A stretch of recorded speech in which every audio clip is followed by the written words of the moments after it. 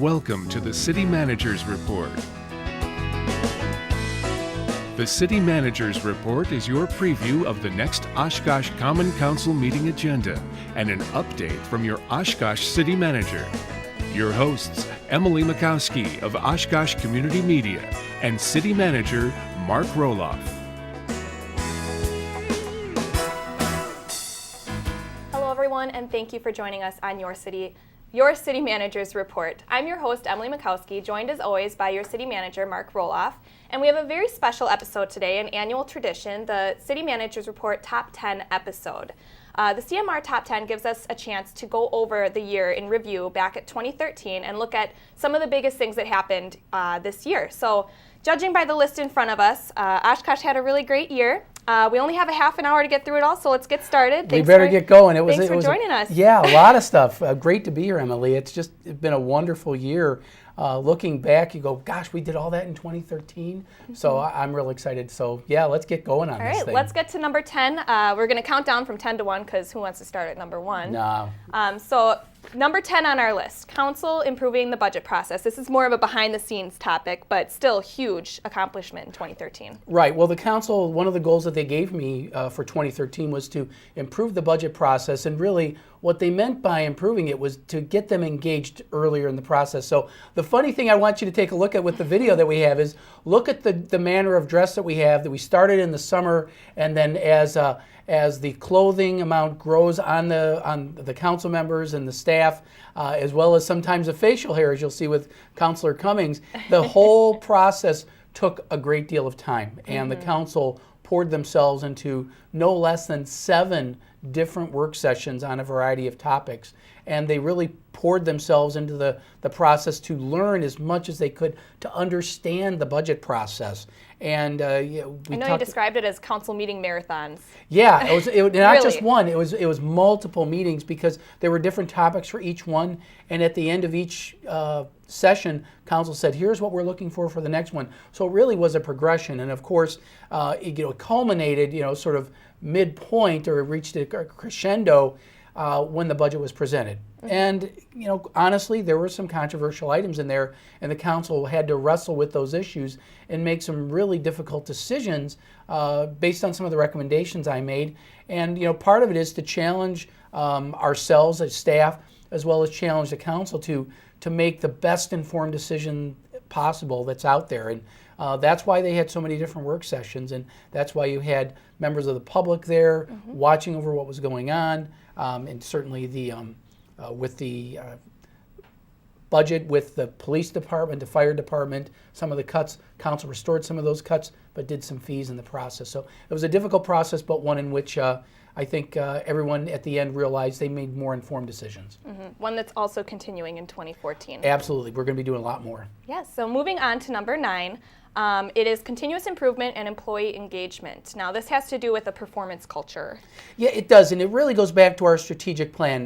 There are 2 elements of our strategic plan. One was to have employee engagement, have our employees part of the decision-making process, not just management, but the employees themselves. And this is the Site Plan Review Committee. This was one of the first things we started with employee engagement, but then also developing a performance culture. And how do you do that is get everybody engaged in the process to say, we need to be more accountable and be able to give the council more information. The other one of the other first processes we did is improve our inspection process, make it more efficient so that people can get building permits on their first visit. And we've improved dramatically from 35% of the time you got a building permit 4 years ago. Last year we were at 89% or 85%, excuse me. Now we're up to almost 90% of you can get your building permit the first time, and that's all through the employees making suggestions on how things could go, talking to our customers and saying how can we be more accountable to you. So we're really proud of the fact that we did all those things, and then we're doing more. We've got the museum involved in their own continuous improvement process. And the idea is we can always do better. And that's, everybody is bought into that, recognizing that self-improvement it also extends into the workplace. And as a group, we can improve ourselves. And I'm really proud of the staff and what they've done, and proud of the council for their leadership on that subject. Really keeping the strategic plan in mind throughout all of that. Absolutely. Also on the strategic plan is continuous improvement, and I think number 8 is a perfect example of continuous improvement with our new GO Transit routes. Right. Now, continuous improvement in this case was, what can we do to make the routes more accessible to more people? How do we make the route service area larger? Because the city has grown in the past 30 years, 35 years since we've had the transit system in the city, and we needed to address areas like the north side and west side to create loops. So now we have loops that are dedicated to the north side and west side. In doing so, we took out some services specifically into the hospitals, and that's where you have to realize that when you think you need to improve, and maybe going back a little bit in restoring the service of the hospitals, we found that was something that was in great demand. And so as you can see, we got the service back at the hospitals. We're pleased we were able to do that. We're constantly looking at ways to make that process just a little more available to our residents, and also take a look at some of our core people, our core users, senior citizens, students, making sure that they have a transit system that's accessible to them. Right. Not only creating more stops, but also increasing the area of the routes. Right, and some of that meant we took bus stops out of certain parking lots and that, but it was intended to get more of the city covered. I believe we're doing a much better job. More people are using the transit system than ever. It's not just a matter of more riders, it's more people using the system, making it more accessible, and that's what I think an accomplishment that we're very proud of. All right, so moving on, number 7. Now this was a huge visual project. It's happening right now actually, but the field operations facility, the groundbreaking was on August 13th. It's going to be 150,000 square feet. What can you tell us about that? Well, it's something that's long overdue, and this is excuse me, footage of our field operations facility, our central garage as it currently exists. It was built in the 1940s, not very functional for modern equipment. So on August 13th, we had our groundbreaking ceremony. A lot of people who have been with the city for years, some of our old public works employees were there who thought they'd never see this day. But the whole idea is to make ourselves more efficient, get different facilities in multiple locations in one area, and also make the area along Witzel much more appealing, because the garage there looks pretty ugly, and we want to get rid of that view that public works facilities have to be ugly. They can blend in very well with the surroundings, the technical college, the university, Citizens First Credit Union, Oracular, Impromed, all the other businesses along Ohio and along Witzel. We wanted to make sure we were compatible. So here's the progress, and this is just in the first few months of our building that we've done. And as we get to now, we're getting close to putting a lot of the stone facade on the panel concrete. And this footage is mid-December, and look at the progress we've made already. We're real happy that we're going to make this. I can't tell you how much more efficient our employees are going to be with this new facility, which means greater service to the public when all is said and done. Just looking at the progress that they've made already, it's just amazing, and I think we can count on seeing this in future Top 10 episodes as well. Oh, absolutely, and we're not really due to be done until 2015. The whole idea is that we're going to need equipment that will be purchased later in the project. We need to just stretch this over 3 fiscal years, and so you'll see this throughout 2014 and into 2015. Excellent. So now moving on to number 6, another departmental improvement is with parks. What can you tell us about that, dealing with the leech and the otter exhibit, something everybody has seen? It's our whole park system that has undergone some transition. Our Parks Director, Ray Maurer, our Parks Board, and donors such as the Tom and Penny Herrenberg Fund were huge contributors to the otter exhibit, and it's easily become the most popular place at Menominee Park Zoo. The kids love it. The otters are just such active creatures, so it's become a very popular place, and it's gotten people back to the zoo that hadn't been there before. So that's another really fun thing. And it doesn't matter; you can go back every year, and you just feel like you've done it the first time. Never gets old. Never, ever gets old. But this is just one element. We've done a master park plan for the entire park system, but we've also done park plans for the different individual parks. Menominee Park Zoo, this was part of the Menominee Park master plan. But we've also done some of our other parks. We did Rainbow Park, and we also had a work session with residents to do South Park. And we went over at the Senior Center and had our consultant meet with the residents from that area to talk about what they would like to see for South Park in the future. And we're really proud of what they were able to talk about. Yeah, we've got some video here of the South Park Master Plan meeting. What was the biggest thing that people were asking for at that meeting? Well, interestingly enough, a lot of times people think they want something new. And really what they ask for is maintain what you have. Now in South Park, that does mean a new restroom, but they want to make sure that the features that are there are in good condition, well maintained, and stay that way. It's not that we need a new this or we need a new that, or we want more. They really want to maintain what we have. So that was a very telling thing. And we really appreciate the residents giving us that level of input.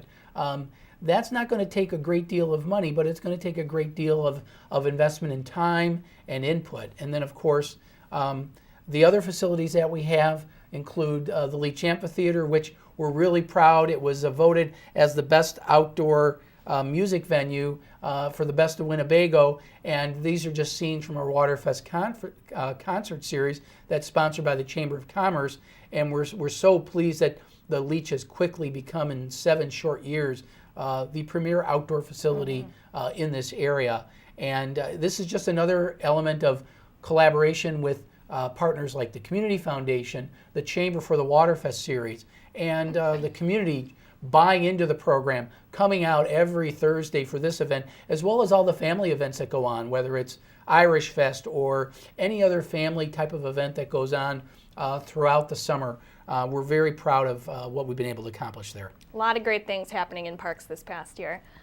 So now we flew through our first 5. We're going to move into the top 5 here. Number 5 is neighborhood revitalization efforts. What can you tell us about the projects that have been going on with that? Well, first off, new neighborhood associations. We've been adding neighborhood associations every year, and a lot of the groups have formed themselves, and we've partnered with them to make amenities available, like park improvements, things that make the neighborhood proud, improvements, public improvements, street infrastructure, lighting.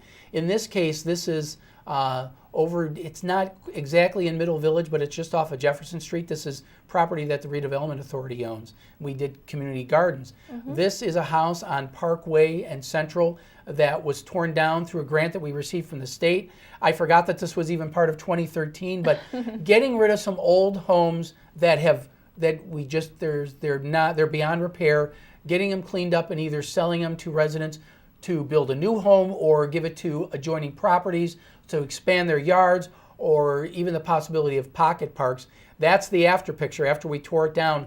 Now it really does, it opens up the neighborhood, gives the neighbors more ownership of not just their own home, but of the neighborhood. And the neighbors who own there are really the ones we want to engage and make sure they stay.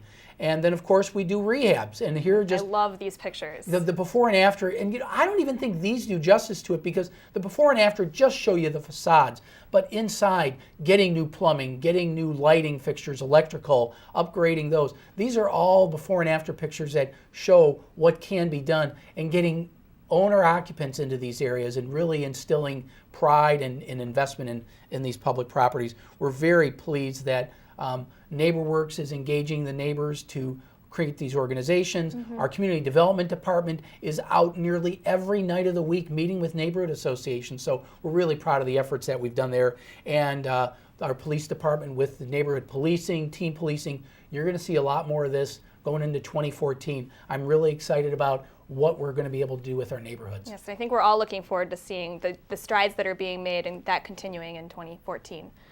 Moving on to number 4, some really visual projects in 2013 are stormwater projects. What can you tell us about the tons of things that have been going on? Well, these are things you don't necessarily see. This is the James Road Detention Pond. Unless you're driving way out on Highway 91 and looking past some farm fields, you're not even going to notice it. So that's just one. And here's the other one that was the most visible project to me of 2013. It was the biggest conversation piece, started in March of 2013 and progressed through the summer. And the funny thing now is people couldn't stop talking about it Is it going to be able to hold the parking lot when you put the parking lot on? Is it going to collapse? Well, you can see that we've got a really strong structure, nearly 2 million gallons of water that it's going to be able to hold. And then slowly, as we got the concrete structure around it, then we turned around and started to put a little structure to it, a little cap to it. And the whole idea is to create stormwater management in each of these individual areas. This one is called the Division Street watershed, and the whole idea is to make sure we can control flooding. But as the paving got back on it and we graded it and finished it up, now all it is a simple parking lot. And unless you were here in 2013, you're never going to have the memory of what this was during 2013, and it represents a parking lot for City Hall. That's all it looks to be now, just a plain old parking lot project. But it's more than that, because this water, this pond connects to Jackson Street, which takes you down to the river. So the whole idea is to hold the water back and then get it to the river. Once it gets in that pond, get it down to the river as soon as possible. And the whole idea is to address the flooding that was going on at Division and Pearl and Jackson and Pearl. Terrible flooding that was going on. While you're hunkered down in your house, you didn't see these types of things going on. But now that these projects are there, we've got the Division Street watershed taken care of. And it actually is not just around City Hall. It's a very narrow area to the north of City Hall.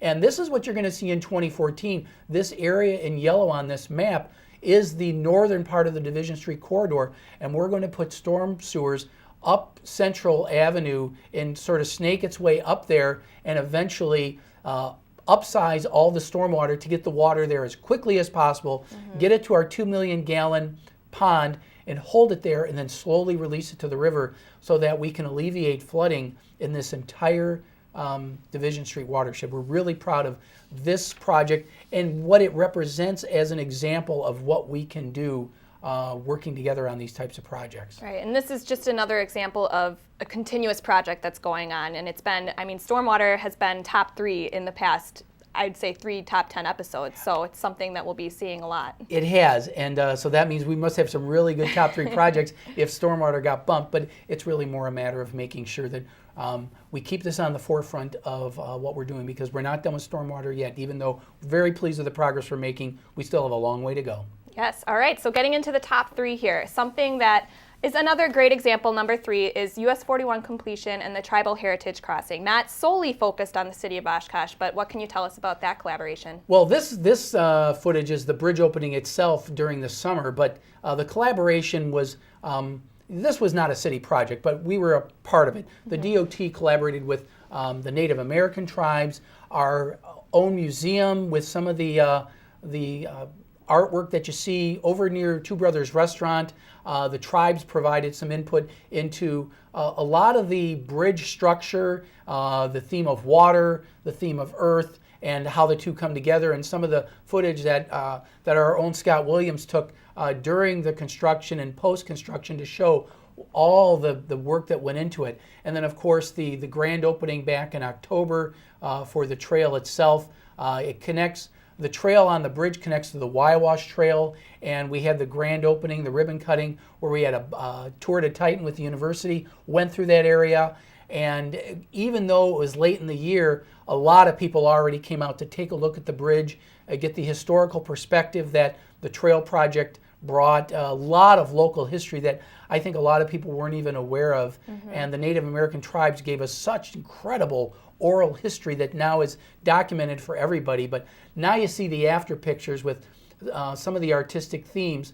You don't have to have a boat to see these, although the boat is great. Or to fish. Or to fish. If you just go down the trail there, you can see this wonderful artwork that's been incorporated into the bridge. And even though it wasn't technically our project, we were very much proud to be a small participant in providing input to this project, as well as happy that the final product's with us. Yes, and this was a huge link for a lot of things within Oshkosh. Like you said, connecting the Waiwash Trail to the Leach Amphitheater and the Riverwalk, leading us into number 2 is the Riverwalk progress. And I know this was another top 3 for our top 10 episodes. What can you tell us this year that we got accomplished with the Riverwalk? Well, the biggest accomplishment was the completion of the north side of the Riverwalk, which we did. And some people thought we couldn't do it by 2012. Well, it took a few months later, but the grand opening in August of 2013 really completed the entire area on the north side from the Leach all the way to the Waiwash Trail. And this is just that area between Beckett's and the hotel. And it brought so many people out for a variety of different functions. People would come before Waterfest and they'd go to the restaurants and hang out there. Boats would come along the river. And so you even way down by the river's residential apartment complex, we've got boat docks there. Eventually we'll get restaurants there. This just opens up so many possibilities of what we can do along the river. And this isn't just a culmination in 2013. This is a 40-year process of people's vision. And really we're just getting credit for putting the cherry on a cake that's been 40 years in the making. So the community should really be proud of this. And of course, you see what was done over towards the university, over near towards City Center, which has really rejuvenated itself, and it becomes such a central point for the public to gather. And of course, we got the Leach Amphitheater was built in 2006, and now in the first part of this leg of the process was over by the Leach Amphitheater, and now we're connecting Beckett's with the hotel, with the Leach Amphitheater, and Riverside Park, which is just all those connections. The public can seamlessly walk from one area to the next. You can go have dinner at one of the restaurants along the river and then walk over to a Waterfest concert. And connecting to the bridge, and you can see the railroad bridge, another thing that didn't even make the top 10 list, which some people are happy about that. But we've got the north side connected, and then we're going to do the south side as well, making sure that the south side of the river also gets the attention it deserves, because the whole idea is making the river accessible to the public.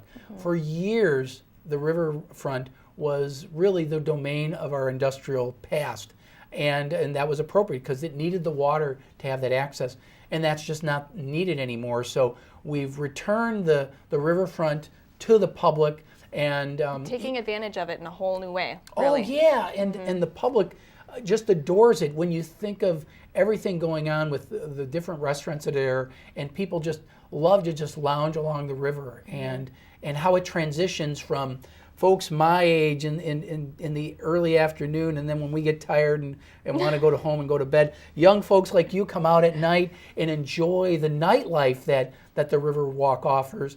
And I went down there towards the latter part of the summer and just saw that transition, and then it was time for me to go home and go to bed at 9 or 10 o'clock, and just how it took over It just transforms, really. Yes, that's the word. It does. It really does transform, and there's something for everybody. During the day, you can bring your family down. I can get a dinner and enjoy it with my wife, my family, my friends, and then in the evening, young people take it over and get a whole different experience out of it. So that was the whole vision for the Riverwalk. It's something for everybody, but it is something that we can all be proud of. And so it's certainly a wonderful accomplishment, and we have more work to do. We're not done. 2014, you'll see more of this continue, and the south side will probably take a little longer. I'm going to have to tell everybody that. It is going to be a little bit longer, but in the final result will be something that we'll all be very proud of. And like you said, just having the Riverwalk there creates a whole new gateway to the downtown. From the whole other side, there's a lot of boat traffic down there and everything. It's just amazing how much progress has been made. Oh, it sure is. We're very proud, and stay tuned. You're going to see a lot more. Yes, and also just moving from the Riverwalk, and I know you mentioned it a few times during our number 2 top 10 item, is number 1. Yes, drum roll, please. Yes, absolutely. Is the downtown hotel. I mean, just moving from the Tribal Heritage Crossing to the Riverwalk, and it just kind of leads us right to the hotel, this huge point in Oshkosh. We did drum roll, but I think most people knew that the hotel was just, I think it represents everything that we've been working towards. And the ribbon cutting, we had Tourism Secretary Klett was here. The state recognized what this meant to downtown Oshkosh. And really, this is an incredible example of collaboration. When you take a look at all the different partners that were involved, the Community Foundation, dating back to everything with the Convention Center, the investors, the Pfefferly Group, Badly Hospitality, the investors in the hotel, a lot of local folks who invested in the hotel. Of course, the university, you can't say enough about them, them being part of it, and that collaboration with creating restaurant and hotel management that students can get internships and work there, and just what it's meant for local pride. We did talk about it with the Riverwalk. The Riverwalk is connected to the hotel, and the hotel's connected to the Riverwalk. What the Ground Round restaurant has become, I mean, it's a chain restaurant, but it's a chain restaurant in downtown. How many chain restaurants put themselves in a downtown area? That is something you just can't undersell, because that shows the commitment that Batley Hospitality and Pfefferly Investments made in this area. I'm so proud of them. They got a Best Western Premier flag. A lot of people look at Best Western, but they've got this Premier flag that people are not aware of. It is their, top of the line, and just take a look at what this hotel it's is. Beautiful. Tell your family and relatives to go stay at this hotel. I'm not just trying to do a commercial, but I'm excited about what it represents. And when I went out looking out some of these rooms after the opening, and it was on a Thursday night, so it was a Waterfest night, and just the excitement that you could see from looking at the room, people going to that hotel looking out, they're saying, this is a vibrant community. And the hotel, what it also represents is the commitment to the downtown and the local history. And it's not, you don't have to just go to the Ground Round. You can go to a Philippine cuisine restaurant. You can go for a number of coffee shops, different bistros, restaurants, great little taverns, old-fashioned ones, modern ones, gift shops. The access is just amazing to all the different aspects of downtown. And even like you said with local, within the hotel, we got a couple shots of the artwork and everything in there. All of that's local too. Local artists, local photographs of historic downtown Oshkosh. It's just so cool how it all intertwines. They celebrated local history so well, and again, the final thing is all those people working together, what it meant to our convention center, because now the hotel can book multiple day conventions, and they've been aggressively pursuing those. We don't have a lot of them yet because it takes a year or two, but we're already starting to see a few years down the road there are conventions starting to get booked over there, and that's a result of years of effort. So the hotel, the convention center, the hotel's managing the convention center for us. We're already looking at things we can do to make the convention center better, doing some of the parking lots around there. So we're not done yet, but it represents such good things. The hotel did things right. There were things that were behind the scenes that you didn't see, and it just shows that their level of commitment in downtown Oshkosh, in this facility, this isn't just a buy and sell thing. This is a buy and hold investment for them, and we're so pleased and proud of what this represents for the downtown and what it means for the future, that there's a lot to be excited for, and it deserves to be the number one. You may not agree with everything in the top 10. I think most people are going to agree that this is probably number one. And the whole idea is, if you want to debate the top 10, you go right ahead. I'm willing to debate them and have a lot of fun discussing the successes we've had. And really what it comes down to is so much effort and so much work really culminated this year in 2013. And I think, like you've been saying throughout the top 10, the main theme had to have been collaboration. Absolutely, and we're proud of all of our partners.